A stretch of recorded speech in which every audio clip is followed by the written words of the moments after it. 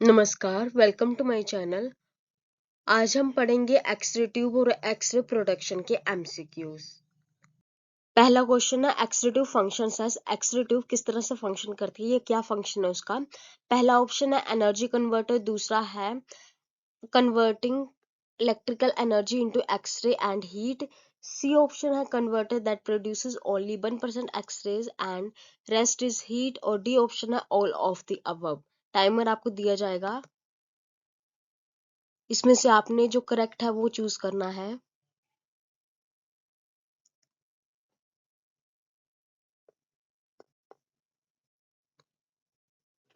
D option आपका correct है, that is all of the verb.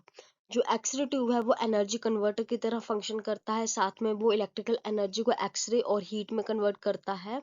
और ये जो कन्वर्ट करता है एनर्जी को, उसमें 1% एक्सरे होते हैं और जो 99% होते हैं वो हीट होती है जो एक्सरे ट्यूब प्रोड्यूस करता है।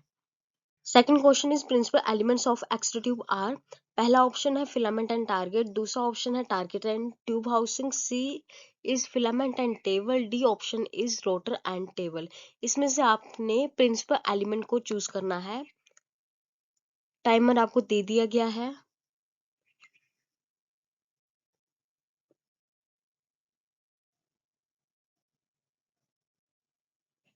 Correct option is filament and target.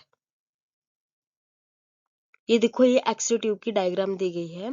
इसमें जो प्रिंसिपल एलिमेंट है एक्सरे ट्यूब का वो है फिलामेंट और टारगेट, जिसको हम एनोड भी बोल सकते हैं।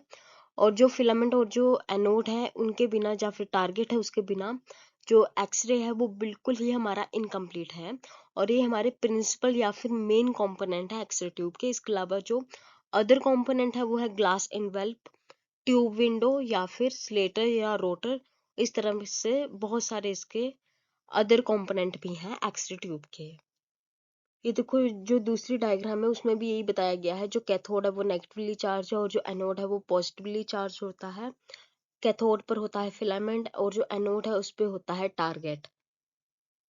और इसके अलावा जो बाकी के हैं वो सब के सब उसके कंपोनेंट हैं, अदर कंपोनेंट है एक्सरे ट्यूब के। Third question is component of X-ray tube. X-ray tube के और कौन कौन से कंपोनेंट हो सकते हैं। Tube envelope and tube housing, B is cooling oil rotor and induction stator, tube window, C option is filament and target, या D option is all of the above. इसमें से आपने जो कंपोनेंट है वो चूज करने हैं। पीछे हमने कंपोनेंट देखे हैं डायग्राम में।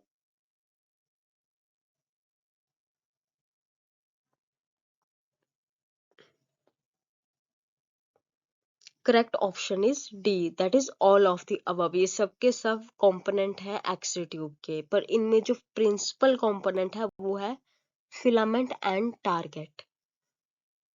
Fourth question is tube envelope is made up of. जो ट्यूब इनवेल्प है वो किसका बना हुआ होता है। आपने पीछे जो डायग्राम देखी उसमें आपने ट्यूब इनवेल्प को भी देखा होगा, तो वो किसका बना हुआ होता है। पहला ऑप्शन है सिरेमिक या फिर metal, B option is glass, C option is Pyrex और बोरोसिलिकेट ग्लास, और D option is all of the above.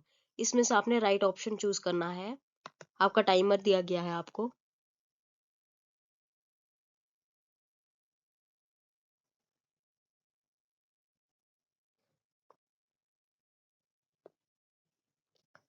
Correct option is all of the above. जो ट्यूब इनवेल्प है वो सिरेमिक या फिर मेटल का भी बना हुआ हो सकता है, ग्लास का भी बना हुआ हो सकता है, या फिर पायरेक्स या फिर बोरोसिलिकेट ग्लास का भी बना हुआ हो सकता है। फिफ्थ क्वेश्चन आ गया है function of tube envelope. Tube envelope का क्या फंक्शन होता है।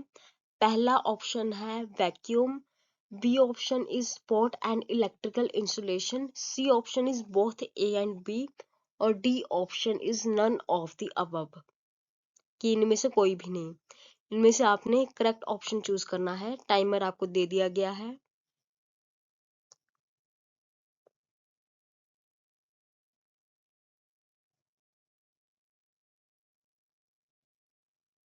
Right option is both A and B, that is C option is the right answer. जो फंक्शन है ट्यूब इनवेल्प का वो इन्वॉल्व करता है वैक्यूम को भी। जो ट्यूब इनवेल्प है वो वैक्यूम प्रोवाइड करता है, साथ में ये सपोर्ट करता है और साथ में इलेक्ट्रिकल इंसुलेशन भी प्रोवाइड करवाता है हमारे एक्सरे प्रोडक्शन में। Sixth question is why glass envelope is replaced with metallic envelope. जो ग्लास इनवेल्प है उसको हमने मेटेलिक इनवेल्प के साथ रिप्लेस क्यों किया? जो पहला ऑप्शन है, ए ऑप्शन में बोला गया है क्योंकि जो टंगस्टन फिलामेंट है वो भाप बना के जो ग्लास इनवेल्प है उसके सरफेस पे कोट बना लेता है, उस वजह से जो हमारा ग्लास इनवेल्प है वो खराब हो जाता है, वो धुंधला पड़ जाता है इस वजह से। बी ऑप्शन में बोला गया है क्योंकि जो मेटेलिक इनवेल्प है वो इलेक्ट्रिकल पोटेंशियल को मेंटेन करके रखता है ट्यूब के आसपास। जो सी ऑप्शन है उसमें बोला गया है कि जो ग्लास इनवेल्प है वो इलेक्ट्रिकल पोटेंशियल को मेंटेन नहीं कर पाता, उस वजह से हमने रिप्लेस कर दिया। और जो डी ऑप्शन है उसमें बोला गया है ऑल ऑफ द अबव। आपने राइट ऑप्शन चूज करना है, आपको टाइमर दे दिया गया है।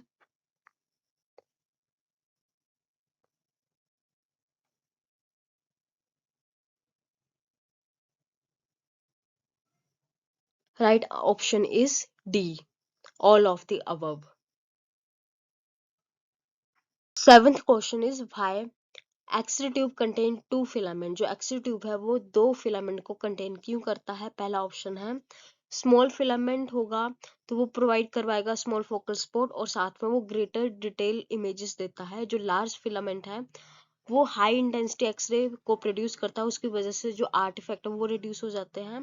बी ऑप्शन में बोला गया है कि जो लार्ज फिलामेंट है वो हाई इंटेंसिटी एक्सरे को प्रोड्यूस करता है और साथ में इस वजह से जो आर्टिफैक्ट है उनमें रिडक्शन आ जाती है और वो कम हो जाते हैं। और जो स्मॉल फिलामेंट है, जो बी ऑप्शन में बोला गया है कि जो स्मॉलर फोकल स्पॉट देता है उस वजह से जो डिटेल है वो बहुत कम आती है।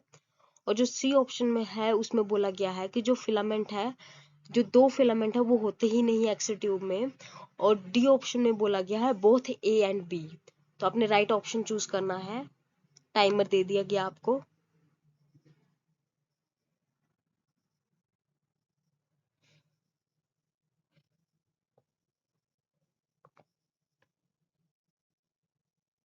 राइट ऑप्शन इज ए, कि जो स्मॉल फिलामेंट है वो स्मॉल फोकल स्पॉट तो देता है पर साथ में वो ग्रेटर डिटेल देता है इमेजेस की।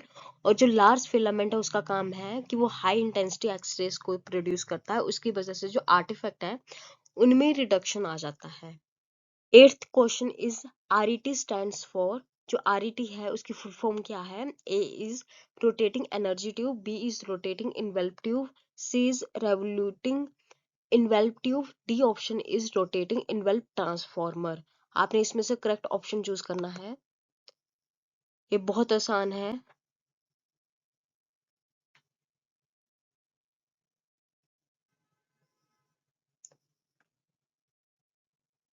Right option is option B, that is rotating envelope tube. जो आरईटी है उसकी फुल फॉर्म है रोटेटिंग इन्वेल्व ट्यूब।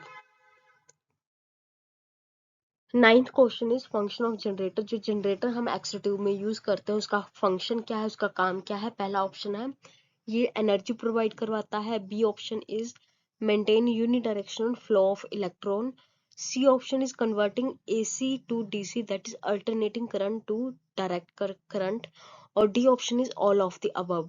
आपको टाइमर दे दिया गया है, इसमें से करेक्ट ऑप्शन चूज करो।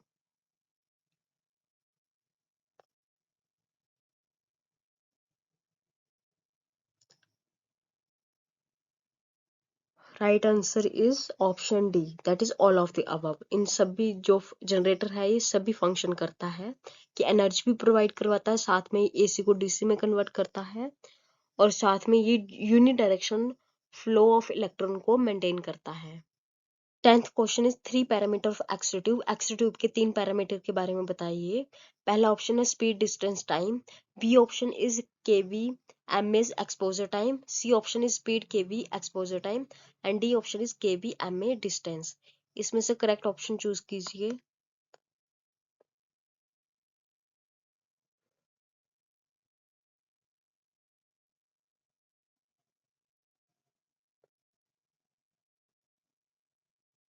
Right option is option B, that is kV M A and exposure time है एक्सरे ट्यूब के तीन parameters. X-rays are produced by. X-rays किस वजह से प्रोड्यूस होता है? पहला है Compton effect, B is coherent effect, C is thermionic emission and D is none of the above. Right option choose कीजिए।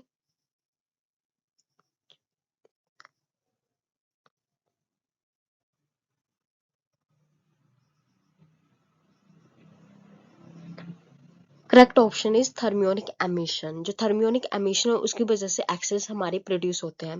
जो थर्मियोनिक है मतलब कि थर्म बोल सकते हैं कि थर्म हम ज्यादातर टर्म यूज करते हैं हीट के लिए, तो उसकी वजह से आयन का प्रोडक्शन होता है। यहाँ पे आयन किसको कहा गया है?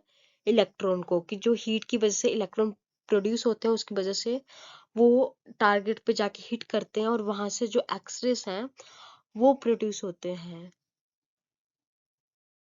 नेक्स्ट एमसीक्यूज करने से पहले हम ब्रह्म-स्टर्लिंग इफेक्ट को देख लेते हैं। इसमें बोला गया है कि जो इसमें क्या होता है कि जो इलेक्ट्रॉन है, जो मूविंग इलेक्ट्रॉन है, उनकी इंटरेक्शन होती है जो टारगेट एटम के न्यूक्लियस के साथ, और जो पॉजिटिव न्यूक्लियस हैं वो मूविंग इलेक्ट्रॉन को मजबूर कर देते हैं ताकि अपनी वो जो स्पीड है उसको या तो चेंज कर लें या फिर अपनी डायरेक्शन को वो चेंज कर लें।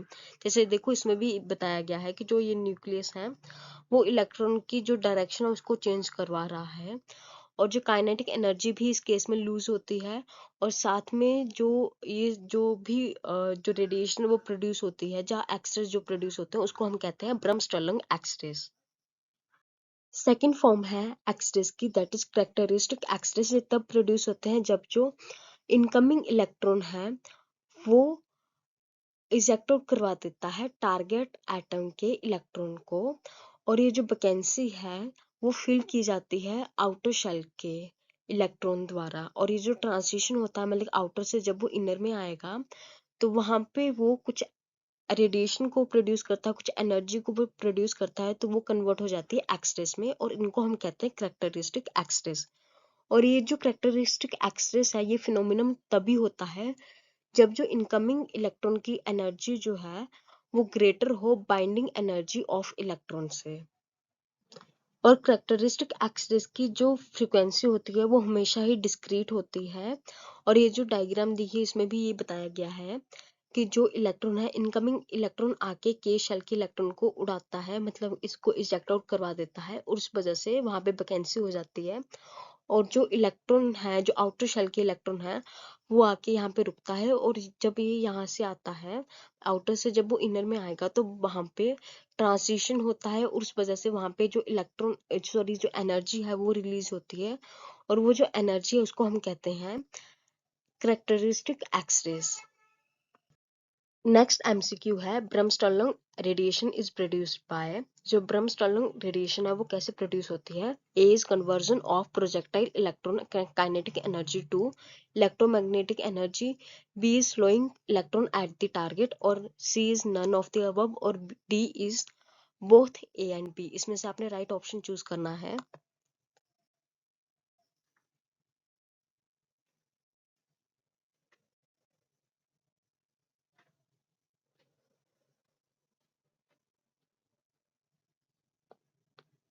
D is correct option. 13 is characteristic X-rays are produced by A is released binding energy, B is electron lose kinetic energy as they pass through anode, C is both and D is none. Right option choose करना है आपने।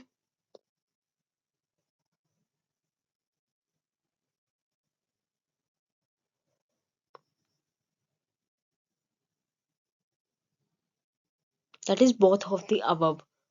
Characteristic जो X-rays है वो produce होते हैं जब binding energy release होती है, और जो बी ऑप्शन है जब जो इलेक्ट्रॉन है वो अपनी काइनेटिक एनर्जी को लूज करता है जब वो एनोड से पास करता है।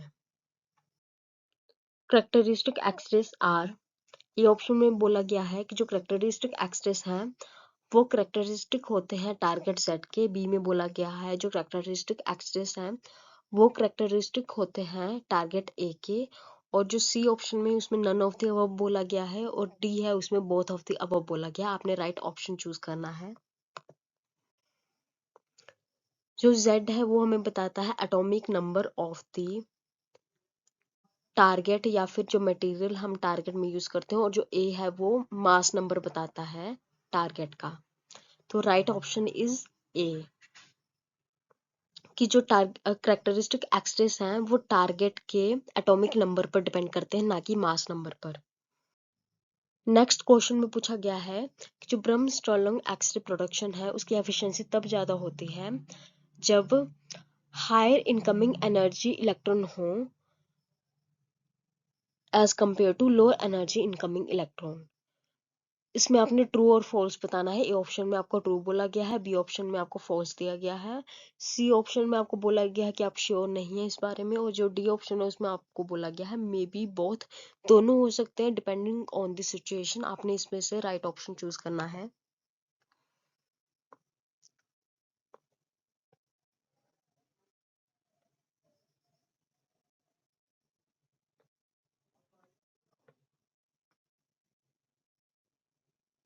Right option is option A. ये जो बोली गई है लाइन वो ट्रू है। Next question is the efficiency of X-ray production is dash by the tube current। कि जो ट्यूब करंट है उसके साथ जो एफिशिएंसी है एक्सरे प्रोडक्शन की वो इंक्रीज होती है, किस तरह से वो इफेक्ट डालती है। तो जो ए ऑप्शन में बोला गया है affected by the tube current, B में बोला गया है increases by the tube current, C में बोला गया है not affected by the tube current, और डी में बोला गया है decreases by the tube current. इसमें से आपने राइट ऑप्शन चूज करना है कि ट्यूब करंट के साथ एक्सरे प्रोडक्शन में की एफिशिएंसी में क्या चेंज आता है वो आपने बताना है। Right option is option C, that is not affected at all by the tube current. Next question is the efficiency of X ray production increases as dash increases.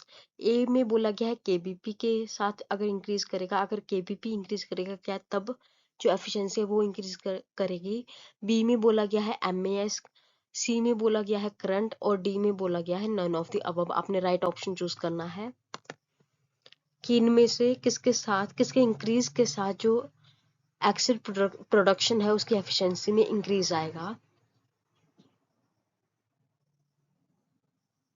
Right option is option A, that is KBP. जो efficiency है x ray production की वो voltage के साथ या फिर KBP के साथ इंक्रीज करती है। Next question is when a bremsstrahlung X ray is produce. जब ब्रह्मस्ट्रॉलंग एक्सरे प्रोड्यूस होता है तब क्या चेंजेस आते हैं। ए में बोला गया है projected electron gain energy, B में बोला गया है a projected electron loses energy, C में बोला गया है नो इफेक्ट एट ऑल। इसमें से आपने राइट ऑप्शन चूज करना है।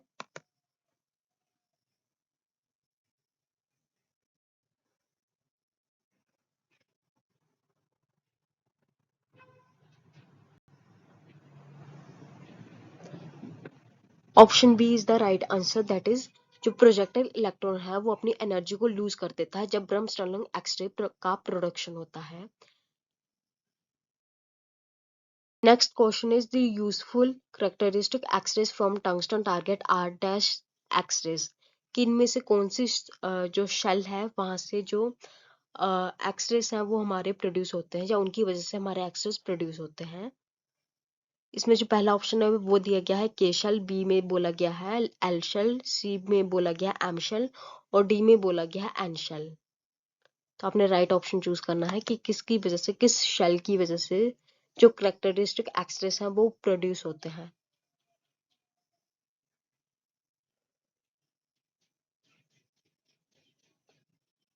के शेल, जो टंगस्टन टारगेट है उसकी जो के शेल होती है वहां से जो इलेक्ट्रॉन है वो इजेक्ट आउट होते हैं by the incoming electron from the filament.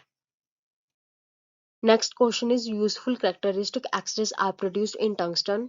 ए में बोला गया है बाय रिमूवल ऑफ ए के शेल इलेक्ट्रॉन, बी में बोला गया है by removal of L shell electron, C में बोला गया है by removal of M shell electron, और डी में बोला गया है by removal of N shell electron.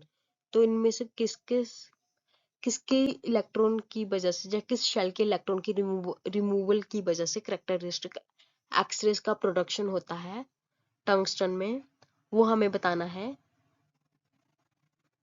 तो option A is the right answer, that is के शेल के इलेक्ट्रॉन के रिमूवल की वजह से जो कैरेक्टरिस्टिक एक्सरेस है उनका प्रोडक्शन होता है।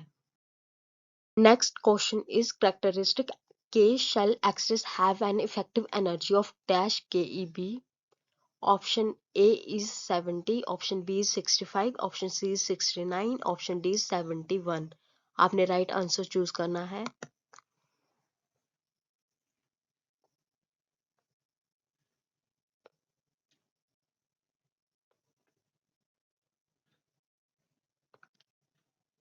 Option C is the right answer, that is 69। Thank you so much. I hope you like my MCQ session.